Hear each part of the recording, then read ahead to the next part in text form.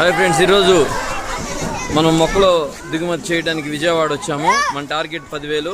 అందులో భాగంగా ఈరోజు ఇంకో 1600 మొక్కలు మనం దించడానికి వచ్చాము. ఇప్పుడు ప్రస్తుతానికి పెనమలూరు హై స్కూల్లో ఉన్నాము. ఇందాక రామవరపాడు హై స్కూల్లో మనం మొక్కలు దించాము.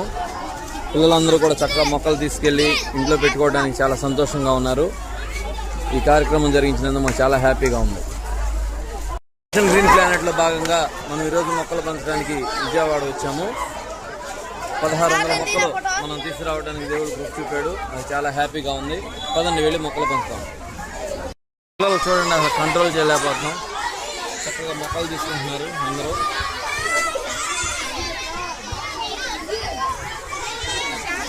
ఏ చేతిలో చూసినా మొక్కలే.